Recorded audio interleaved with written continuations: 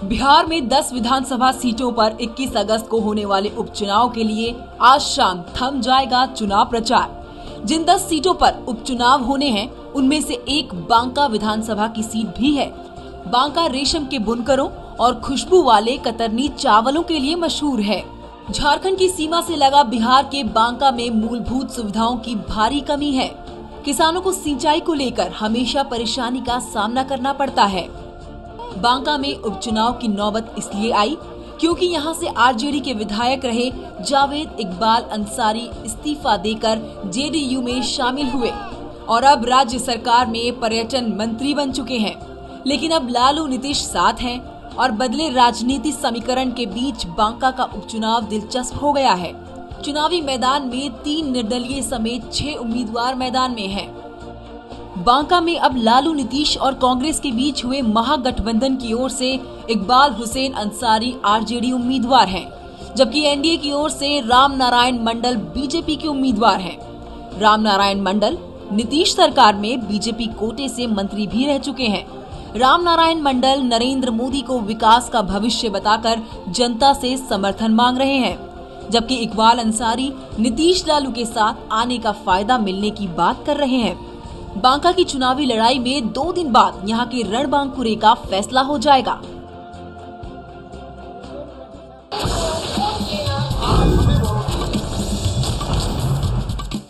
बांका विधानसभा क्षेत्र की अजब गजब कहानी है। यहां के विधायक मंत्री बनने के लिए लालू यादव को छोड़ नीतीश का हाथ थाम लिया, लेकिन ये क्या, नीतीश और लालू दोनों मिल गए। फिलहाल वो मंत्री बन गए, लेकिन ये जगह खाली हो गई, इसलिए यहाँ पर उपचुनाव हो रहा है। हमारे साथ बांका विधानसभा क्षेत्र से उम्मीदवार है और साथ ही यहाँ की जनता है। सबसे पहले हम बात करते हैं मंडल जी से, जो बीजेपी के प्रत्याशी हैं। आपको लगता है कि ये चुनाव होना अवश्यंभावी था या इस चुनाव को थोपा गया है? देखिए, जहाँ तक सवाल है चुनाव का, जब दल बदल कर दिया और ये पद रिक्त हो गया तो चुनाव तो स्वाभाविक है, 6 महीने में चुनाव होना, इसलिए चुनाव हो रहा है। नहीं तो ये ड्यू डेट तो नहीं था चुनाव का, लेकिन चुनाव इसलिए हुआ कि अब आप क्या कहकर वोट मांग रहे हैं जनता से? देखिए, जहाँ तक वोट का सवाल है, मैं पिछले बार कुछ वोटों से हारा था।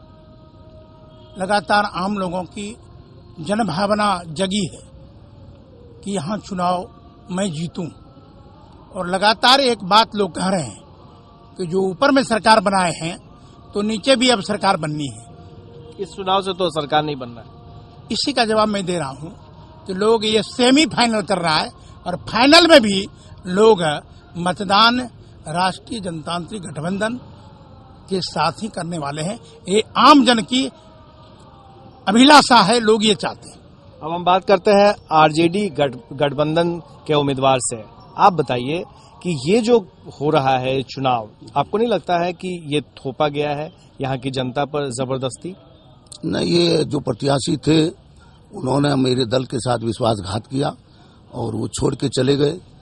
आज भले ही वो मेरे गठबंधन में आ गए हैं और ये 6 महीना में इसको चुनाव कराना था इस रीत पक्तों के लिए, इसलिए चुनाव हो रहा है। लेकिन वो विश्वासघाती आपके साथ है? अभी तो हैं, आपके प्रचार में आ रहे हैं, ईमानदारी से काम कर रहे हैं। आपको लगता है कि लालू और नीतीश के मिलने का कुछ फायदा होगा? पूरा लाभ मिल रहा है गठबंधन से। पिछले चुनाव में जो लोगों ने जन समर्थन माननीय विधायक जावेद इकबाल जी को दिए, उन्होंने इस क्षेत्र के जनता के साथ अपमान किया है, क्योंकि वो दल छोड़ करके पद के लिए दूसरे दल में चले गए। दुर्भाग्य है इस बांका जिला का कि बांका जिला 22 बरस से ऊपर हो गया बनने से, लेकिन इस जिले में आज तक न ही तो जिला पदाधिकारी को अपना आवास है, न ही तो आरक्षी अधीक्षक को अपना आवास है। चलिए इसका जवाब ले लेते हैं, क्या ये सच है?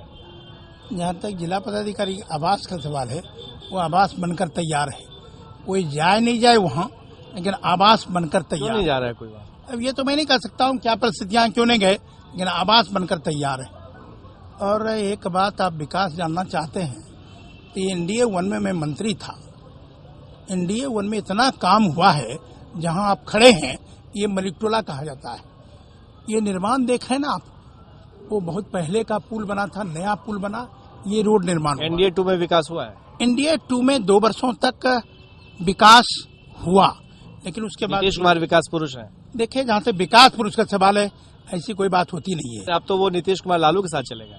देखिए, अब लालू जी के साथ गए कि कहाँ गए, वो तो जनता देख रही है, वो जनता विचार कर रही है, जनता फैसला देने वाली है। इस 10 सीट पर आपको जब रिजल्ट आएगा तो पता चलेगा कि नीतीश जी ने सही किया या गलत, ये उनको पता चलेगा।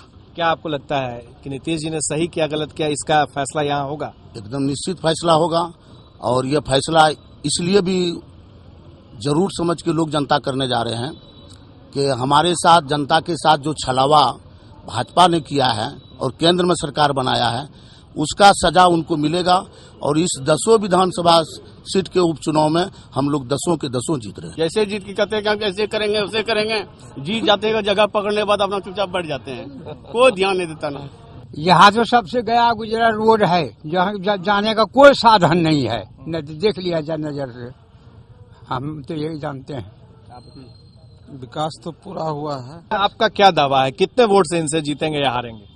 देखिए, ये जीत हार तो जनता करेगी। नहीं, आपका क्या दावा बताइए, सामने बैठे हैं। देखिए, जहाँ तक चुनाव जीतने का सवाल है, हाँ। ये जनता फैसला करके, मतलब आप दावा नहीं कर सकते आप जीतिएगा? देखिए, दावा करने से नहीं चलता है, दावा करना भी नहीं चाहिए। अच्छा, नहीं तो ये तो अहंकार हो जाएगा, घमंड हो जाएगा।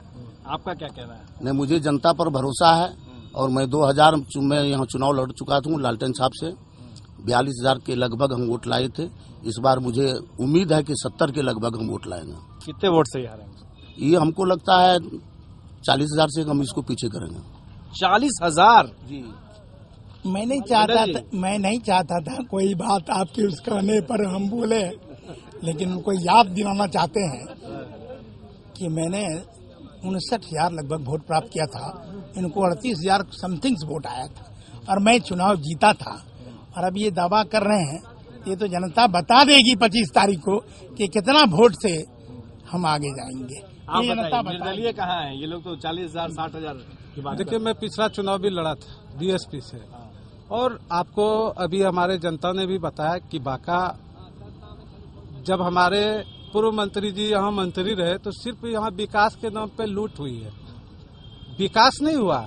जैसे करोड़ों रुपया लूट हुई आरएम के बाउंड्री घेराने में, और इनके कार्यकर्ता के द्वारा बाउंड्री का ठेकेदारी किया गया, और आज कहते हैं ये कि हम इतना वोट से जीतेंगे, जबकि इनको कहीं क्षेत्र में कहीं रिस्पांस भी नहीं है। और ये लगातार, आपका क्या रिस्पांस? बहुत अच्छा रिस्पांस है। मैं जिला पार्षद हूँ और लगातार दूसरे बार जिला पार्षद इस क्षेत्र से बना हूँ। हर जनता अपना अपना वोट मताधिकार जरूर करे, और 21 तारीख को मतदान केंद्र पर जरूर जाए। किनका दावा सही होगा, ये 25 तारीख को पता चल जाएगा।